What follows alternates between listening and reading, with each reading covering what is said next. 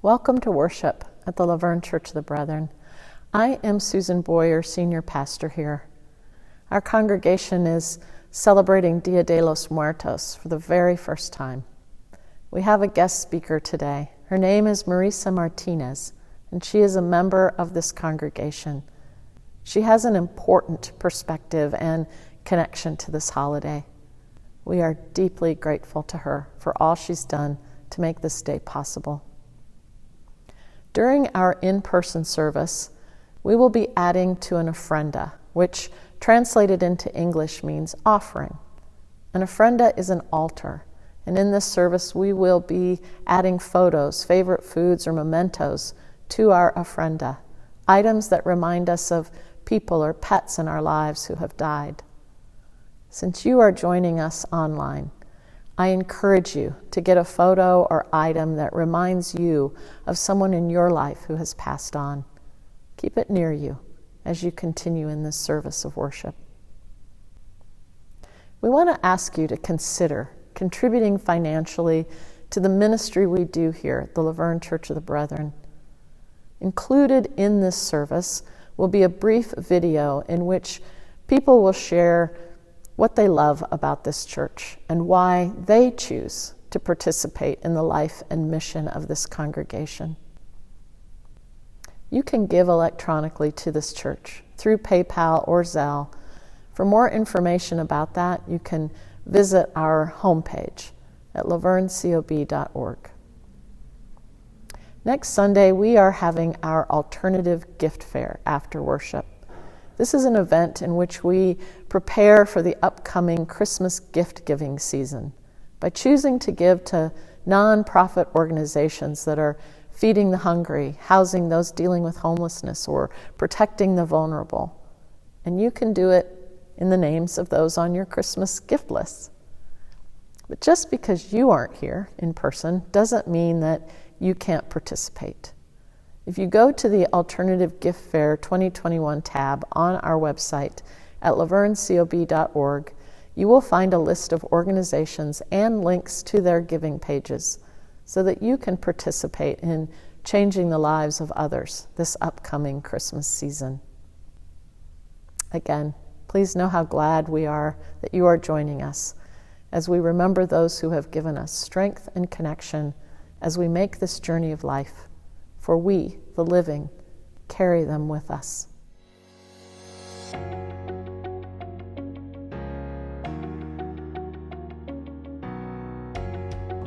The main reason why I like this church is it's service-oriented.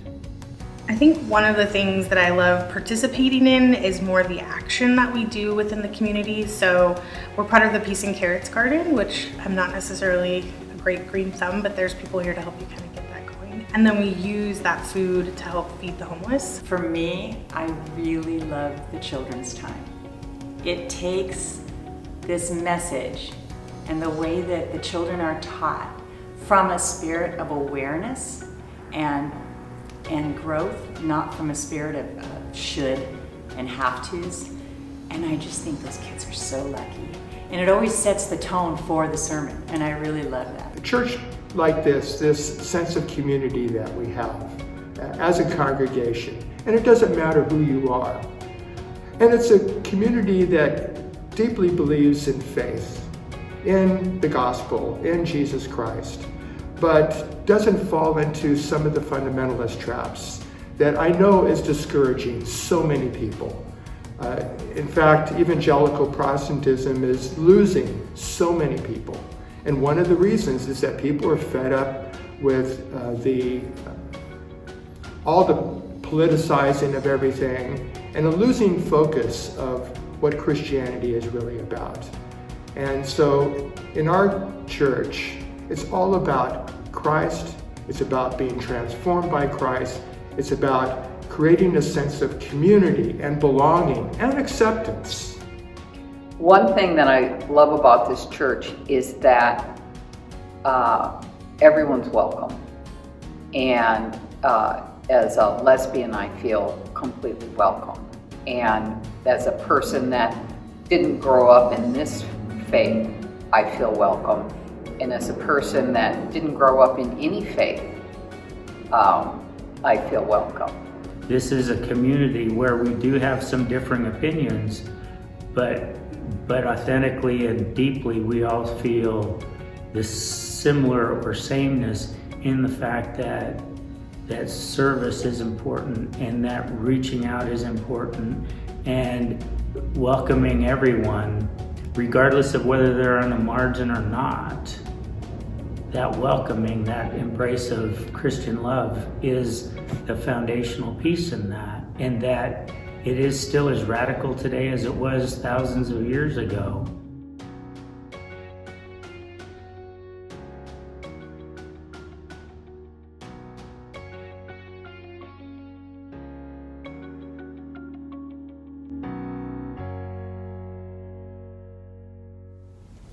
You just got a look into the Laverne Church of the Brethren. We work at creating a church centered on service, peace, justice, and following the examples of Jesus. If you would like to donate, there are 3 options. You can send a check to the Laverne Church of the Brethren at 2425 E Street in Laverne, California, 91750. You can also donate through Zelle, which does not charge the church service fees, allowing 100% of your donation to go straight to the work of the church.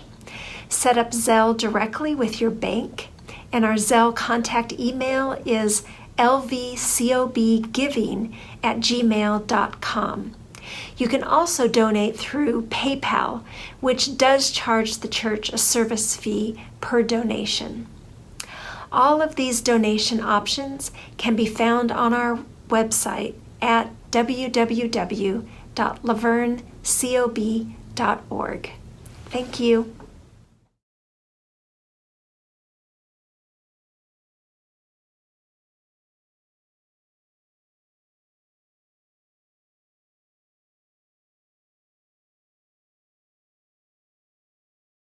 Behold, how pleasant it is to gather here to remember.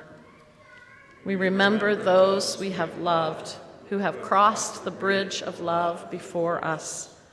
We thank God for their love, witness, and courage. We give thanks.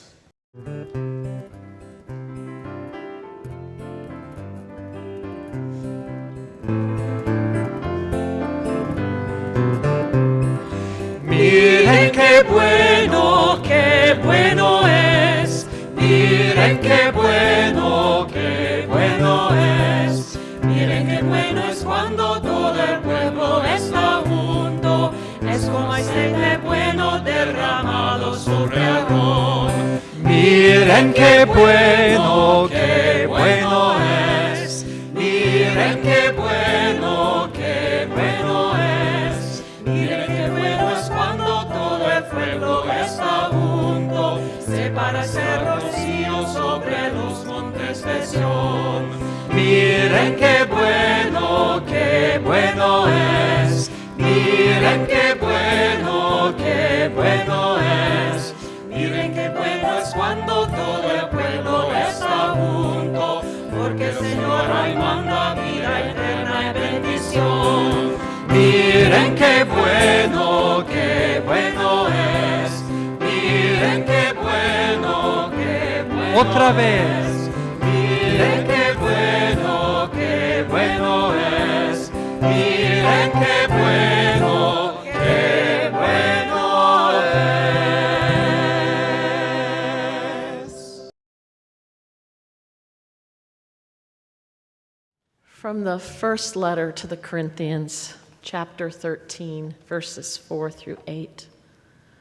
Love is patient. Love is kind. Love is not anxious or boastful or arrogant or rude. It does not insist on its own way. It is not irritable or resentful.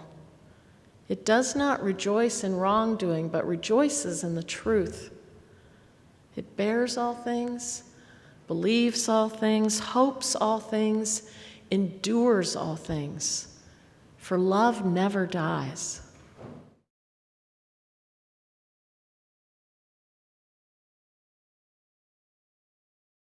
I am so completely overwhelmed. Do you see what I see? Just this absolute beauty, this sea of color.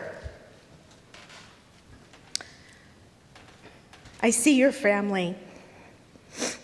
I see your pets. I see favorite foods, favorite drinks, little mementos and trinkets that mean something to you, to your family. This is an absolute representation of love, honoring those that have come before us, those that have paved the way for you and for me and our families. Thank you. Thank you for participating in this joyful parade of love, color, joy, and memories. Today, we are celebrating a cultural event, a holiday of remembrance, celebrated in Mexico, Central America, South America, and actually all over the world. It is celebrated here in the United States by Mexicans and Mexican Americans, known as Dia de los Muertos. This holiday, like Susan said earlier, is traditionally celebrated on November 1st and 2nd, but depending on your tradition, it can be celebrated for weeks on end. I feel a little bit like a fake, standing here before you today sharing about this mysterious Mexican tradition. I'm not a scholar, nor am I an expert on Dia de los Muertos. I am, however, passionate about this tradition that is my tradition. Thank you for allowing me to be here to share my story and this bridge of love. As a child, I always had this deep desire for a large and close family. For those of you that know me, you know that that wasn't really my reality. I grew up with one brother and my parents, and we weren't really very close to the rest of our family. As you see, my parents are an interracial couple, and they are here today, and I would like to ask them to stand and to be recognized.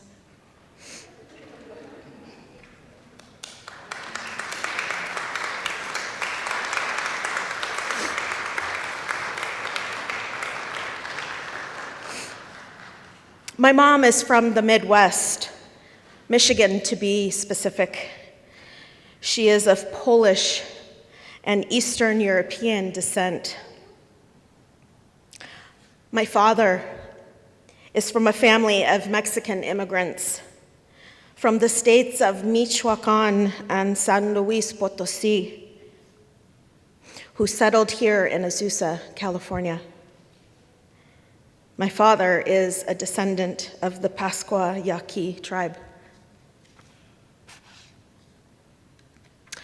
I was raised here in Laverne in an environment that looked largely like my mom's family, Anglo, with very little representation from my dad's side. Growing up, I felt very confused. I would sit in class during state testing and I would have to fill in a race bubble as white. And my ethnicity as Hispanic. So what was I? Was I white? Was I Hispanic? In my young mind, it had to be one or the other. My dad would share stories with me about how his parents would pull them out of school so that they could go pick seasonal crops in Central and Northern California.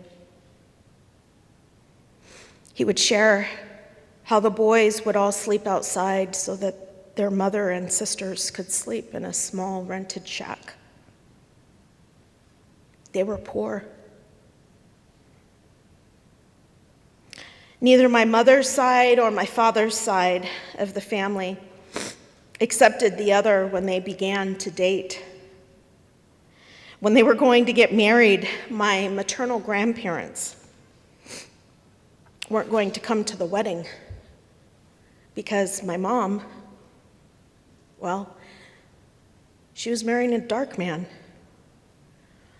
You can read in between the lines. Because of this, we weren't close to much of the family. And my dream of this large and close family was really never to be. Because of this, I wanted to know more about my heritage and my family. This furthered my yearning for family, for community, for understanding, to understand my heritage and for a tribe to call my own. As a child, I must have been around 7 or 8, I would have this reoccurring nightmare about dying. That I would fall into this dark abyss, like falling into a rabbit hole, like in Alice in Wonderland. The emptiness and the fear of death scared me. No one would remember me. I would die and no one would remember who I was or what family I belonged to. There was this deep nothingness to death, and it was very sad and very lonely. I didn't like death. I didn't want to die. I didn't want my parents to die. I didn't want my kitties to die. It was very scary. So my mom had a priest friend come and pray with me to help quell my fear and anxiety over dying. When I was 17, I was selected as one of 100 students in the state of California to go to Sacramento for the Chicano Latino Youth Leadership Conference. I was nominated by a teacher at Bonita, and I didn't want to go. I wasn't really Hispanic. I didn't speak Spanish. I didn't go to swap meets on Saturdays. I didn't listen to Mexican music at home. I wasn't a chola. I didn't run around in a gang. I was white. I wasn't Hispanic. I was confused. I begrudgingly went to the conference, and I came home a very different person. Not only did I fall in love with who I was, I fell in love with all that I was. I was white, and I was Hispanic. I am Mexican American. And from that point forward, I began to seek out cultural events and opportunities that would further my knowledge and understanding of who I was. I remember my maternal grandmother being frustrated with me when I came home from the conference. I shared with her all that I learned and that there were these strong and resilient, vocal Mexican Americans that shaped the state of California, that fought for equality for farm workers, that had created movements of justice. There were people that I could be proud of that looked like me. My grandmother's response was, "Don't forget about Abraham Lincoln. Don't forget about George Washington."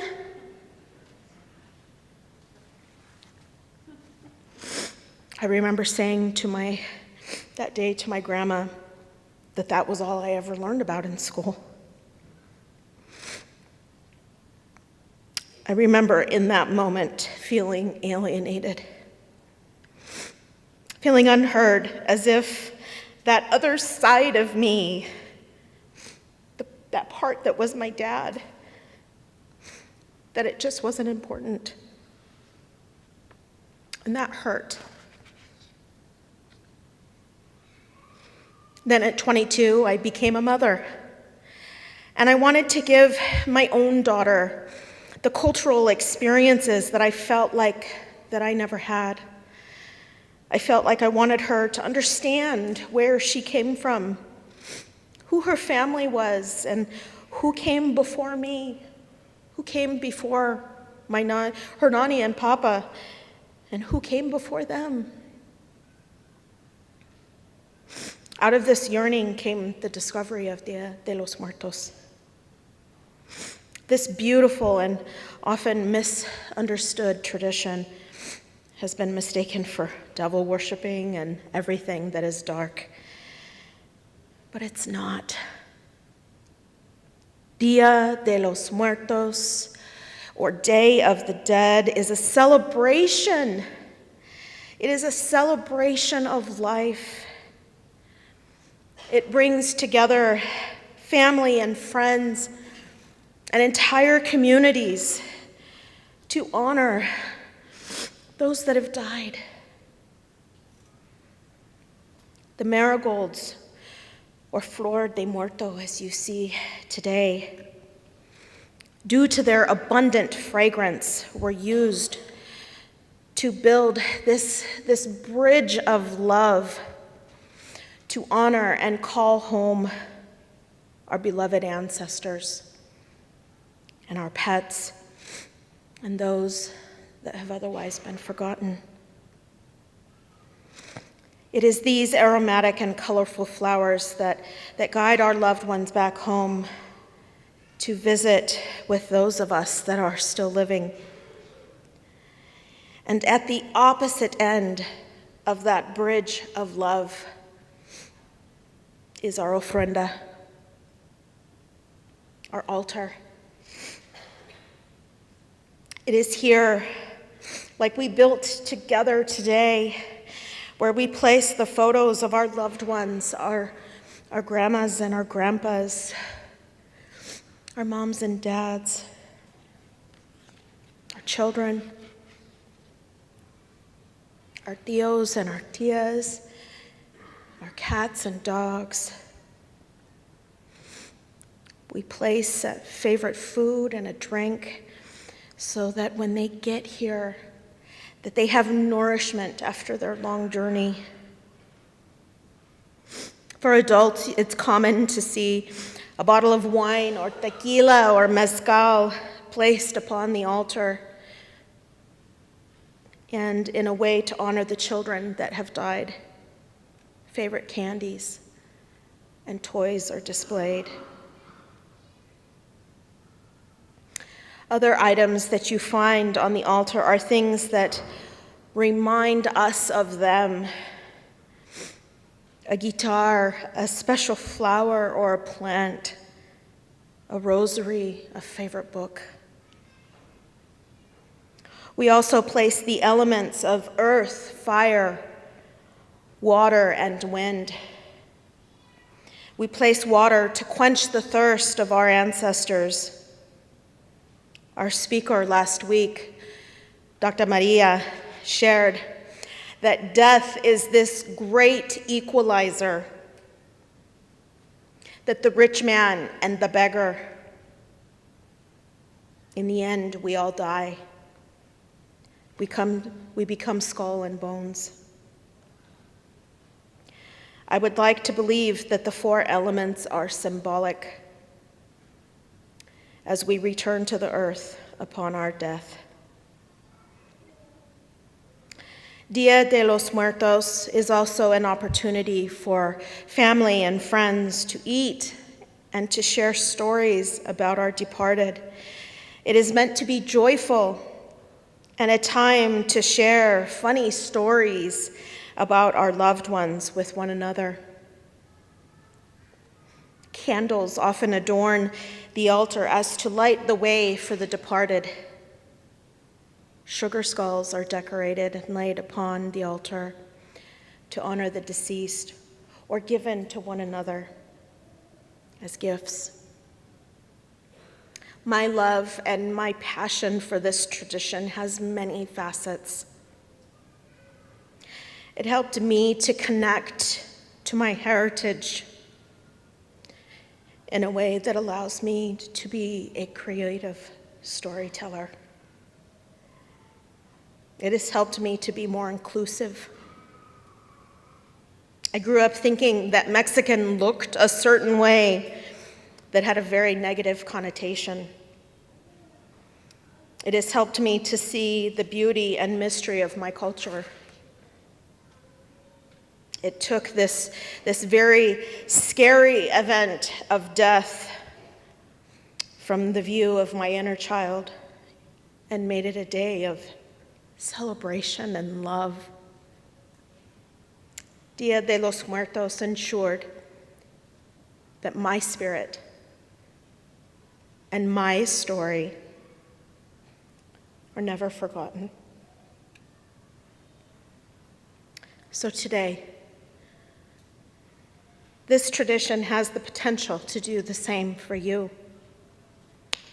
Whether or not it is your cultural background, this is a way for you to continue this bridge of love with your family, your pets, so that no one is ever forgotten. Amen.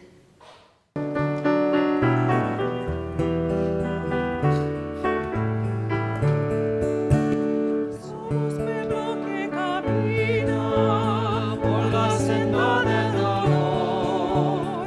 Acudamos jubilosos a la santa comunión. Acudamos jubilosos a la santa comunión. Somos pueblo que camina por la senda del dolor. Acudamos jubilosos a la santa comunión. Acudamos jubilosos a la santa comunión.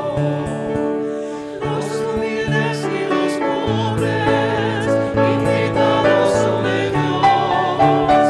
Acudamos jubilosos a la santa comunión. Acudamos jubilosos a la santa comunión. Somos pueblo que camina por la senda del dolor. Acudamos jubilosos a la santa comunión. Acudamos jubilosos a la santa comunión.